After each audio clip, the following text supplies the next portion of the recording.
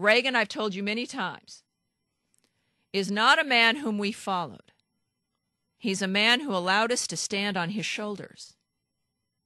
Yes, we needed him, but we needed him not to tell us what to do, but to help us get over that wall. Sarah Palin, I believe, this hasn't even been a year yet, I believe is that same sort of person. She's not out there saying she's mommy. She's already busy being mommy to 5 kids. This is a woman, as will be her family, that is, yes, imperfect, like the rest of us, who's honest about what it is and what's going on. I also noted, and it's coming true, that in order to make this work, because the establishment as it exists will reject her, okay? It will reject her. It's like trying to get somebody who's been starving.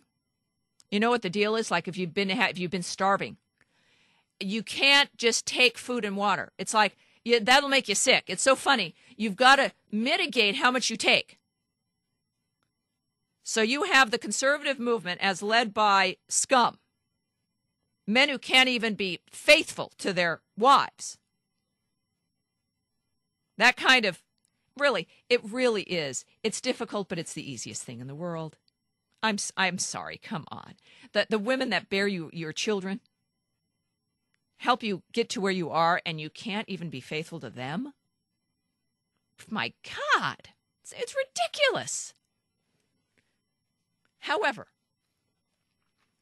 it's like when you're starving and somebody comes up with food, what the Republican Party is doing is saying, no, no, no, no, no, no, no, no. Of course, it's horrible. But there she is. And they're going to have to get used to it. They'll take a little bit at a time, and then they'll understand. In an interview with the Washington Times, another indication that she's moving into obscurity. Exclusive interview today.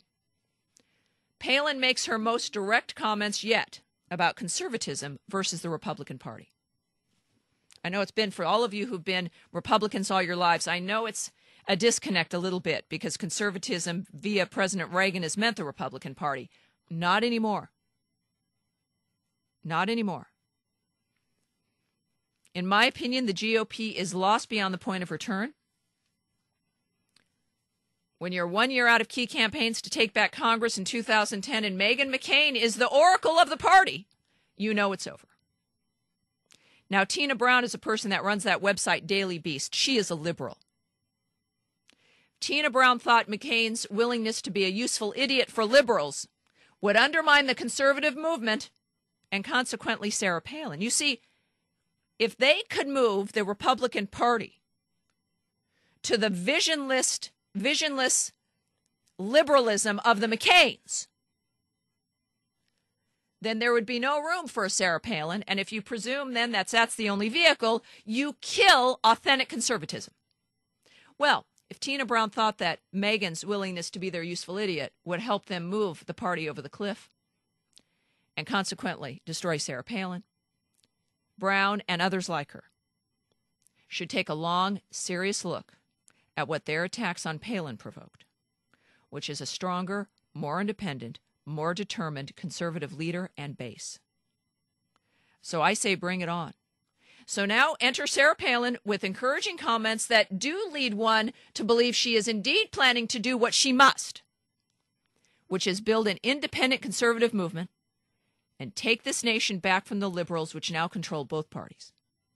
To say nothing of the hypocritical cheaters, the shallow, the malignant narcissists. Also, of course, we have liberals to thank for provoking Sarah into the national scene and for vetting that family at the same time. Yes. The headline at the Washington Times, though, and this is going to be a lesson for them too, is exclusive. Palin to stump for conservative Democrats. You see, that reveals an anti-Palin stance. She is clearly a threat to every existing political status quo. The Washington Times and their editors need to realize sooner than later that the Palin movement is unstoppable and their credibility would be saved simply by reporting the news instead of becoming a GOP version of the New York Times. If this woman was going to be destroyed, it would have happened by now. The little boys running the GOP are not going to be able to do it. So they need to sit down, shut up, and hold on. Her comments indicating the real headline, of course, is not that she's going to stump for conservative Democrats. The headline is Palin hints at an independent conservative movement. I'm going to read to you some of her comments from this exclusive interview at the Washington Times and how they present it. They write, the former Republican vice presidential nominee and heroine to much of the GOP's base said in an interview she views the electorate as embattled and fatigued by nonstop partisanship, and she is eager to campaign for Republicans, independents, and even Democrats who share her values on limited government, strong defense, and energy independence. She said, I will go around the country on behalf of candidates who believe in the right things, regardless of their party label or affiliation. Obviously, what we can presume here, peeps, is that she's not going to be campaigning for a lot of Democrats. Let's just put it that way. But this is sending a message. She continued, people are so tired of the partisan stuff. Even my own son is not a Republican. Both her son, Track, who's 20 and is an enlisted soldier serving in Iraq, and her husband, Todd, are registered as nonpartisan in Alaska.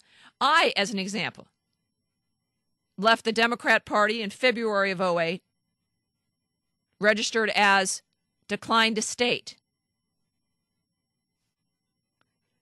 They note while the analysts and fellow politicians continue to debate the wisdom of her resignation decision, Mrs. Palin said she is eager to fight for her conservative beliefs when she leaves office. The governor, 45, said she shared former House Speaker Newt Gingrich's view that Republicans, now trailing Democrats and independents in registration in many states, should back moderate to conservative Democrats in congressional districts and states where Republicans stand almost no chance of winning. The object, and this is the key, would be to build a majority coalition that reflects what polls suggest is the current center-right tilt of the U.S. electorate as a whole. Now, not only, excuse me, do polls suggest this. America has always been center-right. Always. Polls now in the last month. More than 2-1. Americans identify as moderate or conservative. 21% of the American people identify as liberal. 21. Let's not talk about what polls are suggesting. Let's talk about the truth of the damn matter. There is a reason why President Reagan won 49 of our 50 states. Because every American, including those of us who consider ourselves classical liberals, if you will, we want to be free. We want to live the lives that best suit us. We want our neighborhoods to be safe. We want to be able to raise our children in the manner we want to raise them in. We want to live without crime. We want to be able to make as much money as we can and live the American dream, whatever that is for us. Liberalism kills those things. What Sarah Palin is saying, and what she is hinting at here, is an independent conservative movement. She is telling everyone, look, there are conservatives now, and it is not bound by the existing party structure. We've seen what can happen if you presume that an R means you're conservative. You get the crap sandwich. It only passed because 3 Republicans voted for it. Beyond partisan politics, it's about the safety and the progress of this nation. Sarah Palin's comments here, and again, look, she may be saying she's willing to campaign for conservative Democrats. 1, I would support any Democrat who's willing to be supported and seen with Sarah Palin. 2, there aren't many. And yet that offer is there. That'll make it very clear. Democrats are going to have some... look, there's a lot of hero Democrats in there. You had a bunch voting against the crap sandwich when Republicans were voting for it. If, as a lot of you Hillary voters and Pumas are disgusted with what has taken over your party. Yeah, maybe there is a third way. That is what Sarah Palin is inferring. I don't think Newt Gingrich is part of that third way. Newt Gingrich is the tamale in the fridge, which has been in there too long, and now it's just even too hard to crunch with a knife. Not that I had that experience. It reminds you of what a good tamale could be, but it's not going to be that tamale. That tamale is from yesterday, or maybe even last month, and you can't do it. Yeah, you can't do it.